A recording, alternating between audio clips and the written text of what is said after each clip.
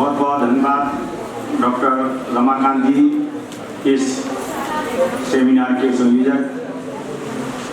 हमारे 2 दिवसीय इस डॉक्टर साहब, मैंने आपको कम से कम 2 दिन से मैं सुन रहा हूँ, एक बार बीच में नहीं बोला हूँ। अब आप शांत बैठिए।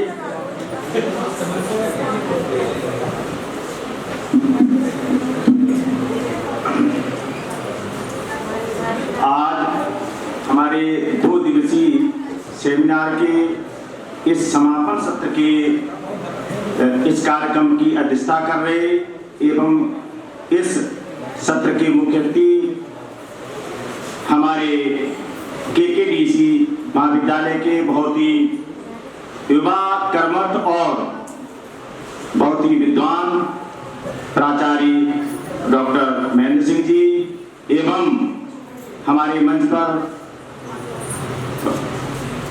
हमारे केकेडीसी के प्रोफेसर डॉक्टर उदयवीर जी एवं हमारे बीच में जनता महाविद्यालय बकेवर से doctor Pramod Rajput ji, doctor MP Singh और डॉक्टर MP सिंह यादव जी एवं हमारे महाविद्यालय के सभी प्राध्यापक और अन्य सभी, जो समय सबका नाम लेना मैं बार बार करना ठीक नहीं समझता हूँ, एवं अन्य सभी महाविद्यालयों के आए हुए सभी विद्वान प्राध्यापक, डॉक्टर मनोहर संजीव और हमारे महाविद्यालय की सभी प्रिय छात्राओं। देखिए, डॉक्टर साहब ने कुछ बातें कही हैं तो मैं आपको बताना चाहता हूँ, सेमिनार के बारे में ज़्यादा पढ़ाई मत कीजिए, हमको ही मालूम है।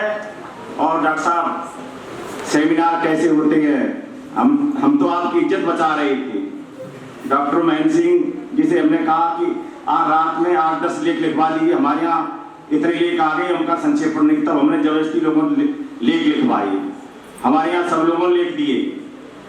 और सेमिनार का वास्तव में अर्थ ये हो गया है कि रजिस्ट्रेशन कराओ, प्रमाण पत्र लो, और इसमें कोई मैं गलत कह रहा हूँ क्या? धीरे धीरे धीरे धीरे रियलिटी तो यही है। हालांकि हमारे पास डायरेक्टर का भी कल फोन आया था कि आप बिना शोध पत्र पढ़े हुए, बिना उसके किसी के प्रमाण पत्र नहीं लेंगे। RHO ने, डायरेक्टर ने RHO का हमारे पास आया तो हमने कहा आप आके गिरिए आकर के कितने शोध पत्र हैं, कितने प्रमाण पत्र हैं। आप बताइए, किसी आयोजन में खर्च 2.25 लाख हो रहा है। पिछले साल हमारा 1,80,000 खर्च हुआ था, सरकार ने 30,000 रुपया दिया था, तो हमारी मजबूरी हो जाती है। इस साल हमारा बजट 2,25,000 हमने बढ़ाया और हम लोग ईमानदारी से खर्च करते हैं।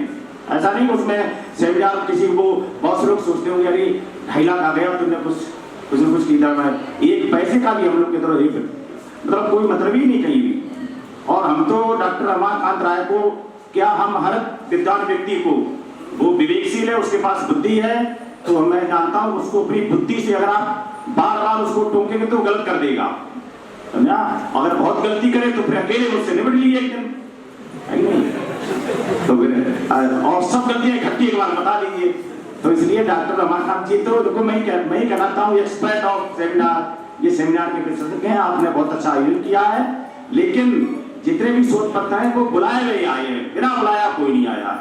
अरे ना सब आप लिख दो, मैं आपको गलत बता रहा हूँ। और मैं एक चीज और बताता हूँ कि ये जब आपको अपने घर के फ्री लगने लगे और बाहर का व्यक्ति आपका फ्री लगे तो समझ लो उस घर का विनाश शुरू हो गया है। और आप जब समझ लो, देखिए आज समाज बारे में आप भी, हम पढ़े लिखे लोग अपना मूल्यांकन करते हैं, ये चीज है। और जब जूते शोरूम में सजने लगे और किताबें अगर शोरूम में, जब जूते शोरूम में सजने लगे और किताबें फुटपाथ पर बिकने लगे तो समझ लो समाज का पतन शुरू हो गया है।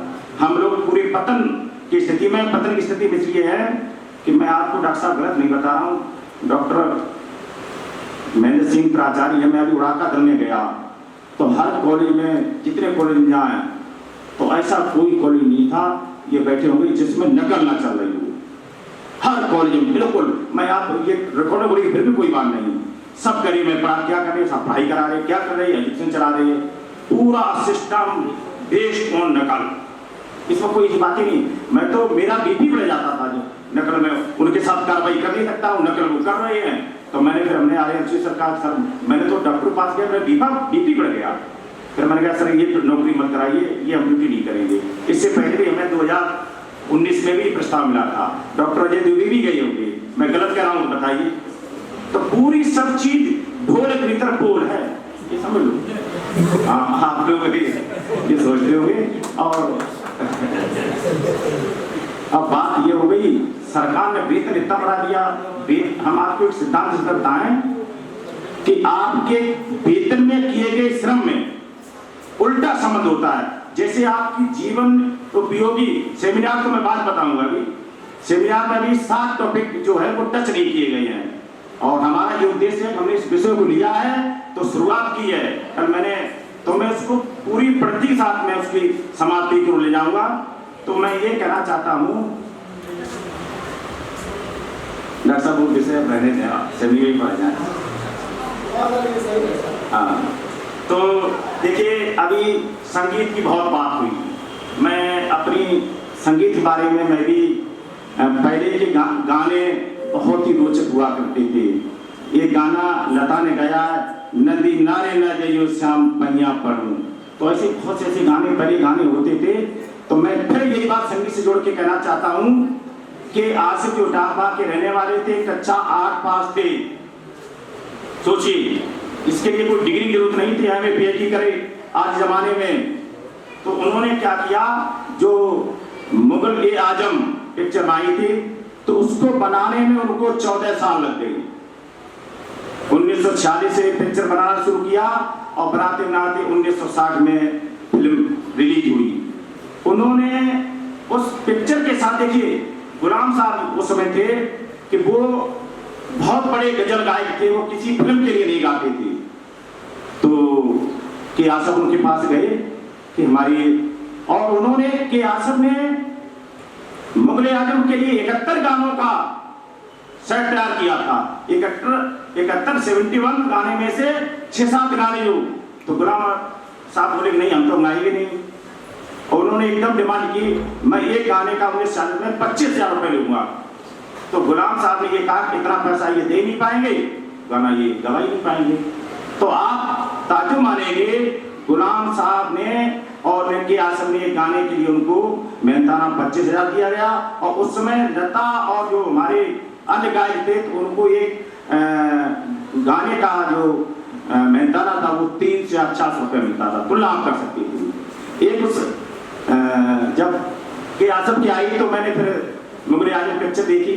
तो देखने में एक जो सीन आया है जिसमें दिलीप साहब है, वो उनको जूते पहना करके, तो उन्होंने कहा नहीं इनके जूते सोने के होने चाहिए, सोने की जब प्रकाश पड़ेगा तो सोने के प्रकाश उससे रिफ्लेक्शन दिलीप साहब के सामने आएगा, उसका रिफ्लेक्शन मधुबाला के ऊपर आएगा, तो सोने के जूते बनवाएगी। एक और उसमें सीन आता है बहुत अच्छा कि मधुबाला को मोतियों के उस पर चलना था, तो नहीं नकली मोती आ गई, उन्हें छुट्टी रोक दी। असली जब तक मोती नहीं आई तब तक छुट्टी नहीं शुरू हुई। उसका जो सेट बनाया जो इसमें लगा है, जो पीछे इसमें मुगल आजम को बगल में, उस सेट को बनाने में 4 साल लग गई। इस तरह से मुगल आजम जो पिक्चर बन करके आई, तब वो यादगार पिक्चर बनी हुई थी। और यादगार पिक्चर में बाद में उनके साथ ये हुआ कि कियासत साहब काफी कर्ज में डूब चुके थे, दूसरी एक पिक्चर और बनाई, गॉड इन लव, उनकी चल नहीं पाई। और अंतर्गता जिस तरह से आपने पाकीजा के जो निर्माता कमाल अमरोही का जो हस्र हुआ, वो 1971 में देवलोक को चले गए। ये कासिफ के आसिफ की स्टोरी रही। देखिए समय ज्यादा पता अच्छा पहिया समय। तो देखिए इसमें 3 बिंदु रह गए हैं। जैसे आपने बहुत से कल वक्ताओं ने कहा है कि इटावा बोलियों का जंक्शन है, तो मैं बता दूं इटावा हमारे यहाँ जो हमारे यहाँ 3-4 जो रेलवे बहुत बड़ी लाइन है, उनका भी एक जंक्शन है। और एक जो मुख्य जो हमारी रेलवे लाइन है वो नई दिल्ली से हावड़ा तक जाती है। इसकी लंबाई 1525 किलोमीटर है और उस जो ये रेलवे लाइन वो 1866 में बनी थी।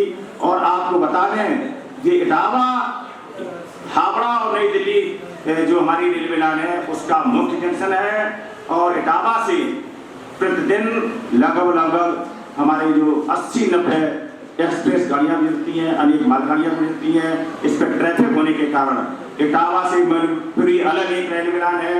इटावा से बाहर होकर के आगरा के लिए एक अलग रेलवे लाइन चालू हो गई है। इटावा से एक अलग रेलवे लाइन इटावा, ग्वालियर और इंदौर होकर के वो बॉम्बे मिलती जाकर के।